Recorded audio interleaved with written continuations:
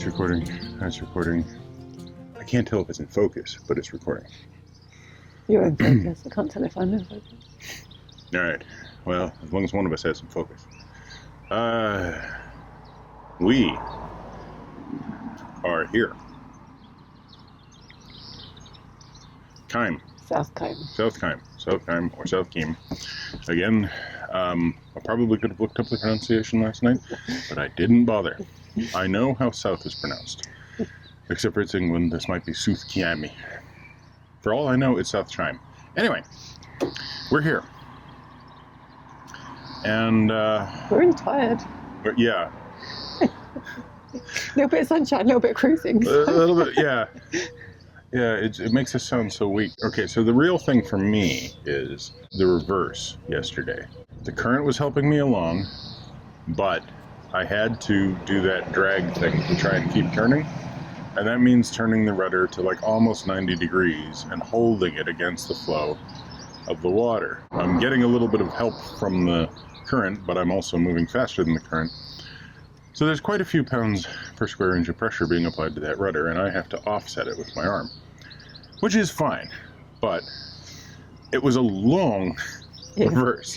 And the thing for me is, my shoulder is killing me. The 6 miles or 7 miles or 10 miles or whatever I walked yesterday. Yeah, you've got, so basically between us we've got a healthy human being right now. But individually, her legs are shattered, and my arm, shoulder, especially this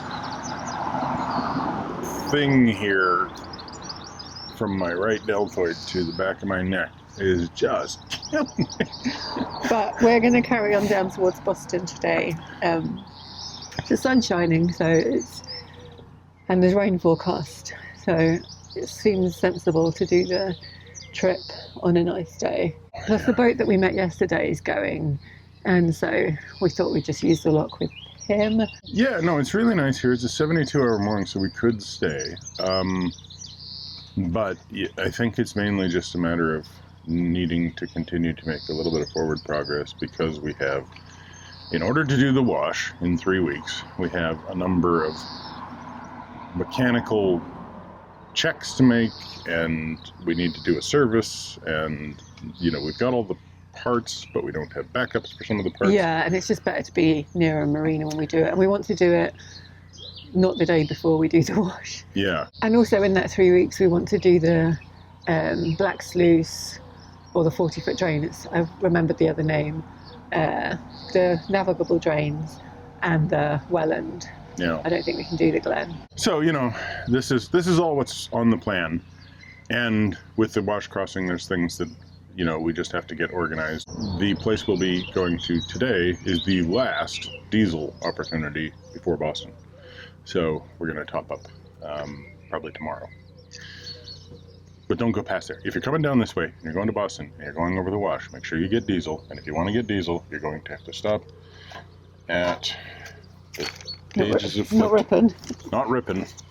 You're going to have to stop at Langrick Bridge. Because if, like us, you've got now something like 12-year-old Nicholson's Guide, and it tells you that you can get diesel at Boston Harbor, that isn't true anymore. No, it's just petrol. Yeah, it's just petrol. Anyway. And there's some fish. Thank you to the viewer that told us that. Yeah, pretty fish. Yes, thank you for telling us that. We might have shot right past without realizing it, although I'm pretty sure there's probably a sign up saying, last diesel before Boston. Right. We should get a shot of the pretty fish. I already have. Oh, good. Yeah, they're pretty fish. It is really clear water up here. Haven't seen water this clear since, oddly enough, the Chesterfield, but really Wolverhampton. Yeah. For some strange reason, there's that weird clarity of Wolverhampton. But, it's lovely here. Yeah, you can see all the way to the bottom, and there's little. Actually, I have no idea what those are. They're little. They're little, and they're cute, and clearly fish-like. I saw a couple of big ones. They've got fins and a tail and gills. Eel. Yes, indeed. Swim bladders, the whole thing. Rambling. You saw an eel? I saw an eel yesterday, yeah. Big, long one. Maybe, I don't know, almost 2 meters. Wow. Really quite large. And, they tend to stay low and on the muck and everything, so you don't tend to see them clearly. So seeing it was just like, wow, you really don't actually look like an eel at all. just a long, skinny fish. You don't remind me of like the snails, the like sea snakes looking eels that I've seen in aquariums and stuff. You look more like a fish that's been drawn out, like a Gumby fish. I'm really tired and have a fair amount of painkiller in me right now. Not that much, actually. Took them last night. But it makes a good excuse. What's the word that I was looking for? Time to go. Yes, right, that's the one. Primarily I'm rambling to try and fill time because I keep putting my eye over there because the guy... You don't have to fill any time. I'm not trying to fill time, but the person who's on the boat behind us on Candide, he's doing his reed edge, so I just keep looking over to see if there's any trouble or anything. So I'm distracting myself. Sorry. All right. This is it. It's going to be really annoying. Right? It's fine. Just finish it. Stop. Okay. Just stop now. Stop making it worse. Stop making it worse. Just keep digging that hole. Right. So we're on our way. Good. Yes, that way. Now we go. Now we go. We go now.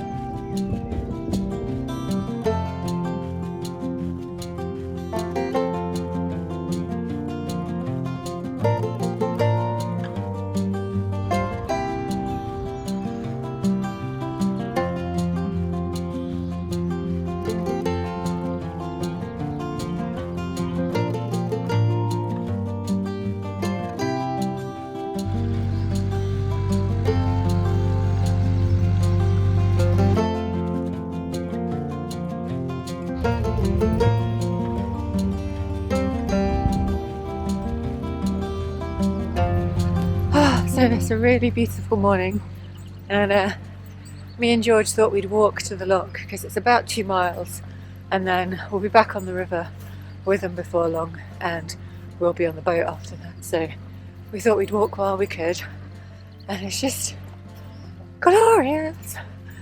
And I can confirm what everyone already told us, that Lincolnshire is very flat. Beautiful, but flat.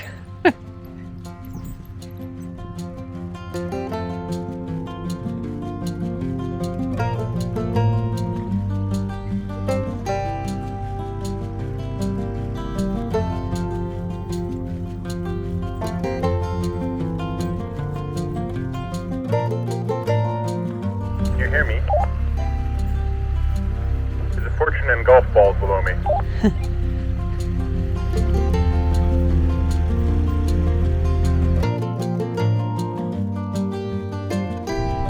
There's a golf course next to the river here, and Michael's just radioed to say that all he can see through the clear water is a fortune of golf balls at the bottom of the river. Can't get a shot of it because it's too reflective. I just hope one doesn't come and hit him.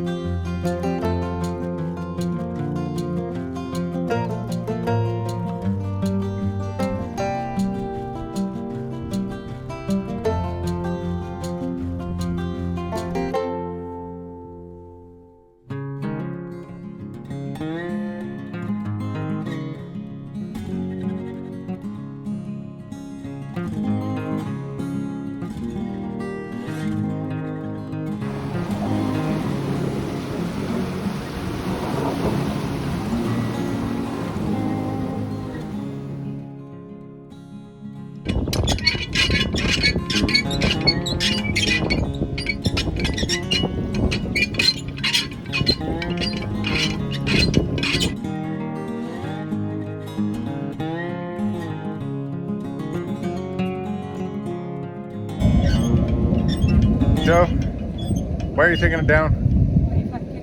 No. You just dropped it about a foot. Did you film that? Yes. What? You knew I was doing that? No. I started filming and then I looked and I saw the thing coming down and I'm like, uh-oh, that's not good.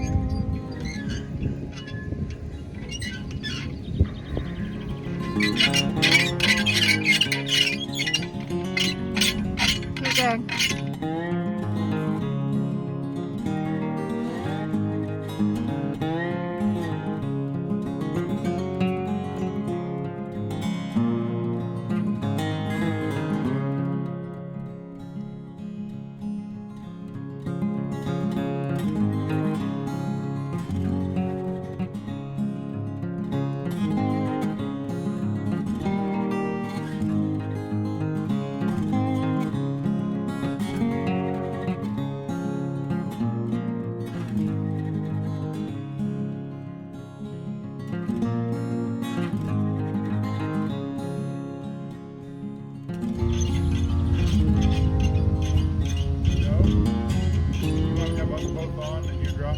I don't mind. I really don't mind.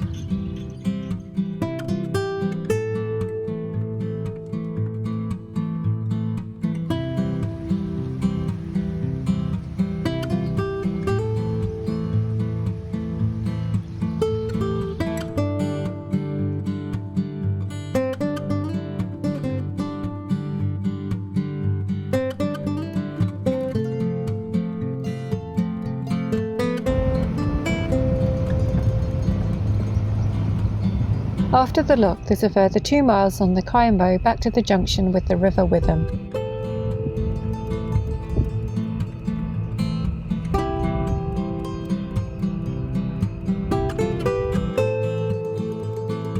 For the last few days we've been seeing many small aircraft overhead, which we assume are from the nearby Conisbee airfield. This is our closest encounter yet, and Michael thinks it's a C-47 Dakota from the RAF's Battle of Britain Memorial flight.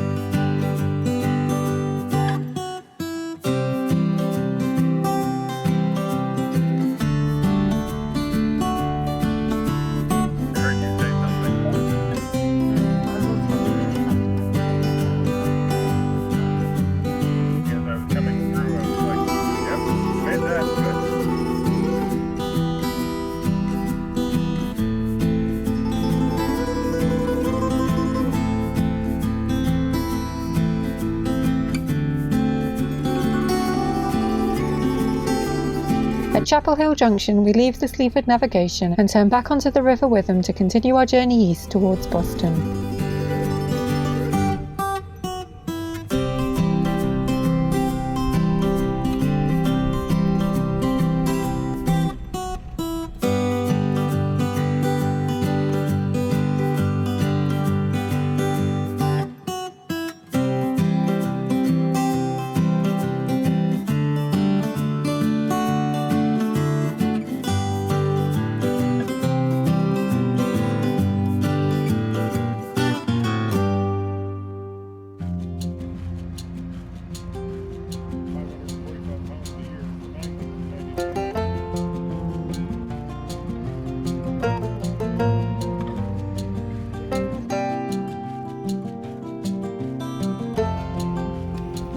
We're aiming to moor in Langrick Bridge tonight, which is about 5.5 miles from here, and the navigation now runs in a dead straight line.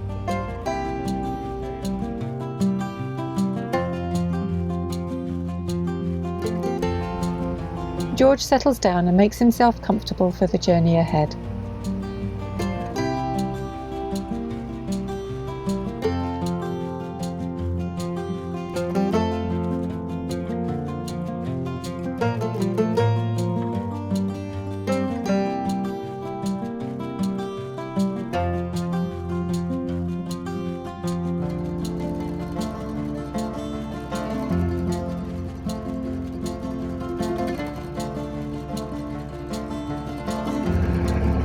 So we've got about 5 miles of dead straight river, which is causing us to wonder. How did because the Romans made this, like, well, I mean, obviously it's been improved many times, but the Romans made the Witham navigable and then cut the Fosdike out to the tidal trend. And, you know, I don't have a good image in my mind of what that looked like, because of course there wasn't photography back then, or even wood cuts and stuff, and, you know, so we know they did it. And to a certain extent, it's kind of like if there was a natural river and you just sort of straightened it. But it might have been and straight. You cut down trees. It might have been fairly straight anyway, because the land is so flat. The land is flat, but Water doesn't go. You know, when you have a flat surface, water doesn't go straight. Water pools, right? Like, you need kind of a continuous gradient, and so I have this feeling that, like, there was a river. That river was not navigable, probably because it was a bit winding and a bit shallow in places, and it was treed over, and they must have gone along and cut down the trees, and then, you know, but they must have used, like, oxen, because it was they didn't have steel, right? So it's like they must have found resources here to make the majority of the tooling, and then the tooling would have been like human labor, no blasting, no nothing. It's cutting down trees, and it's lighting fires, and it's quenching and cooling things, and, you know, using wedges to try and break rocks, and just people picking up and moving rocks, and just an enormous amount of human and animal labor.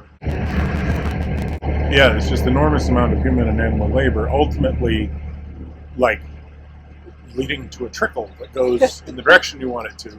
And then you put it in a dam, and that trickle becomes a serviceable, you know, river. And I'm just, you know, like how much, what was here? You know, was it a thin little stream, and then they dammed it, and it got the depth they needed to move the boats? It was relatively simple, or was it this massive project? And why didn't anyone vlog the whole process? Yeah, exactly. Yeah, why isn't this on YouTube? All available for us. Hey guys, this is video XML CXIII. How you doing? The Roman version of YouTube. You know, Upus Tubus. Upus Tubus. Usus Tubus. Whatever. I don't know the Latin. Oop, boat.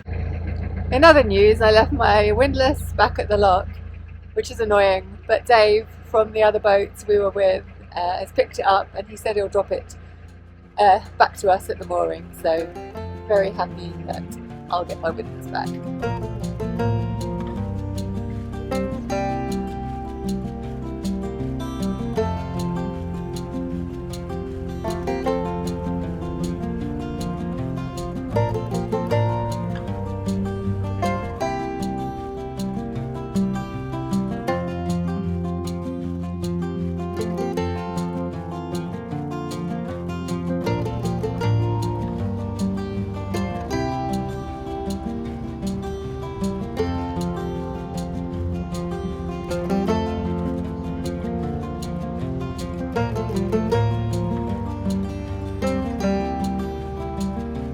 How you doing?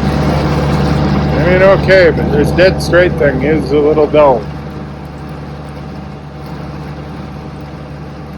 Need some excitement, some twists and turns.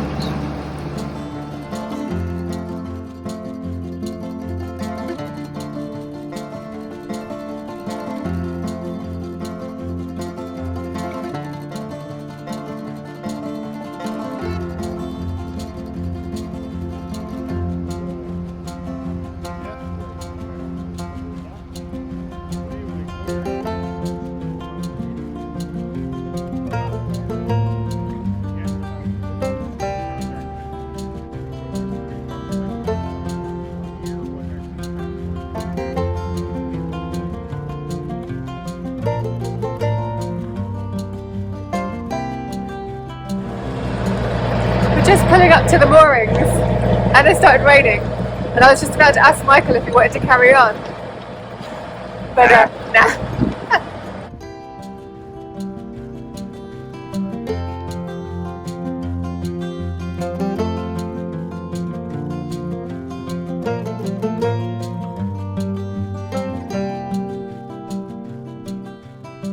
And like that, the hail was gone. Just as we saw the mooring, it started raining and it really hurt. Yeah. Michael's like, some of those aren't raindrops, they're hailstones. Because they stung. It's like, ooh, that's cold. Ouch. Ooh, that's cold. Bee sting. Jeez. But yeah, it's all already melted off the top of our boat. Like there's just little water droplets left, no little ice crystals. But they were there. And I was ready to moor up in like record speed time because. Yeah. So now we're tied up. George is sitting on the bridge down to the pontoon, looking kind of forlorn. So we're gonna get him pretty quick. It's a very pretty trip from the junction. It was so boring. There is something about a dead straight canal that just like a dead straight freeway. I don't know. It's kind of funny, but like after Yorkshire and everything, there are sections of this river that feels. I'm thinking of Lincolnshire mainly, not just the River Witham, but you know, there are definitely sections which feel like driving in Alberta or Saskatchewan. Like just oh look, sometime tomorrow afternoon we'll come across a gas station. And because like the banks on either side are quite high and there's just like trees occasionally, like there's just nothing to look at. Yeah, except for when the airplanes are flying over, those are exciting. But then the river, when the weather starts to turn, the airplanes disappear. We saw 3 cows. That was really exciting. Mm-hmm. But yeah, when we were stood on the other river, the Kaimau or Kaimio or Kaimau, or I was sat at the front. Ooh. And I was just kind of filming the water and stuff, and I heard Michael at the back go, "Holy!" I looked up, and there was just this plane like sideways in front of us. Yeah, it was like I didn't really get a very long look at it. I think it was probably a DC-3, a Douglas DC-3, but it might have been any number of. Well, there were British and there were Russian sort of similar aircraft and everything.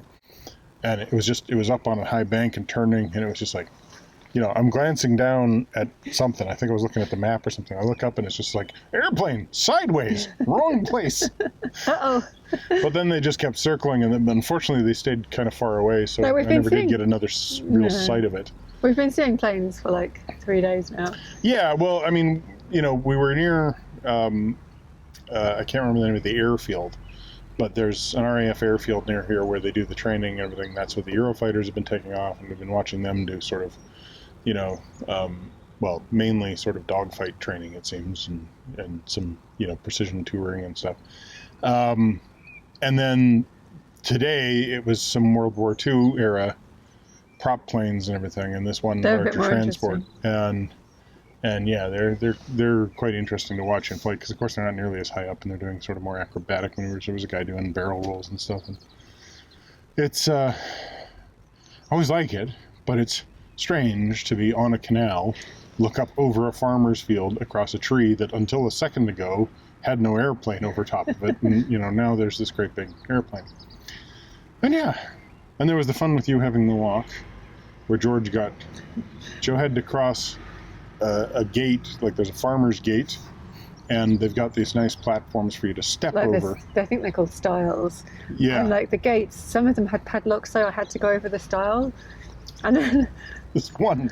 the gaps in the Normally, George can make it through. Yeah. Like, normally he can make it through.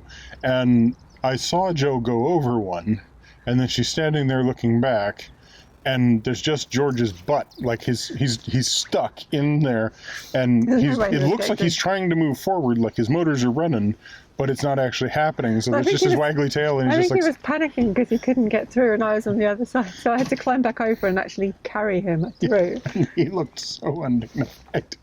He just had this look on his face like, I am not enjoying this. It was hard enough picking him up anyway, because he's just wriggly and awkward.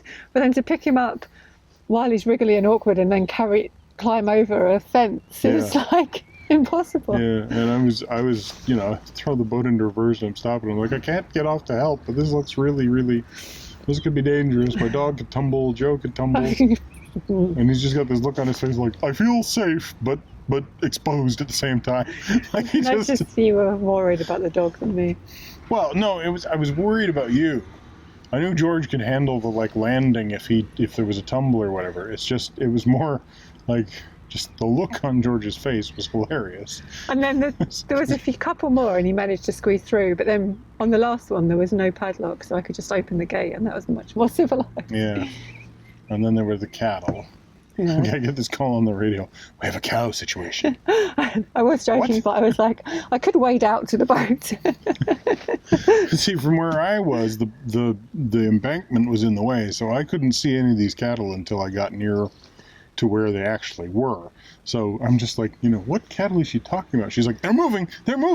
And I'm like, okay, what are we talking about? But sure enough, they were moving. They were curious. They wanted to come meet George. So instead, Joe like ran George over and more or less tossed him over the. Well, no, you sort of pushed him through. What happened was we got to the fence. I climbed over. Yeah, she climbed over in record time. Save yourself, George. You're on your own. And George got through, and the cattle are all just like, we're not going to eat him. I don't understand. Like we are harmless. Anyway, we are just outside Boston now. I think, like maybe a couple of miles. What? Baby duckies. They're big baby duckies. Big 5 baby duckies. I better go and get the food. Yeah, just going to get the food. Sorry. So we're just outside Boston, and I think the place is called Langrick Bridge. Yep. And there's nothing here apart from a restaurant called... And the Langrick Bridge. And there's nothing here apart from the bridge and a restaurant called the Witham and Blues. Yeah. I kind of like the idea of this, the Witham and Blues. It's like, it's pathetic, but it's funny. I think it's like an American diner. Yeah, well, it must be, because from what you read out of the things that they serve, it's all like meat in a very American. Burgers and wings and that kind of thing. Burgers and wings and nachos and like typical American bar food that is stolen from somewhere else and we claim it as American. Although buffalo wings are an extremely American thing. Oh, the sweet duckies. You can see them just over Joe's shoulder. Well, not now. Okay, there. The ducky wuckies. So cute. I should have done that one. Yeah, that's really what it was. Okay, yeah. Yeah, so the only other thing we have to do is keep an eye out for the boat that's bringing your windlass. Yeah. We're going to start docking Joe's pay. Okay. If the windlasses keep happening. But, you know. We're getting this one back, so it's okay. You get a credit. Right, so, is that sufficient rambling on my part? Yes, more than sufficient. You're more than done? Okay. So thanks for watching. Give us a thumbs up. Comment. Jesus. I'm like, what the hell is on my thumb? Sorry. Don't do a dirty thumbs up. Yeah. Yeah, no, that didn't go well the last time. So thanks for watching. Thumbs up. Give us a comment down below. Subscribe if you haven't already. So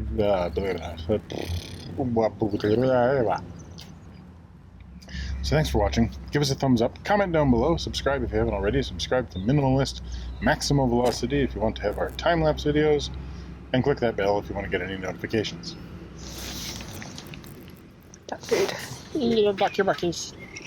So cute. You can have some more.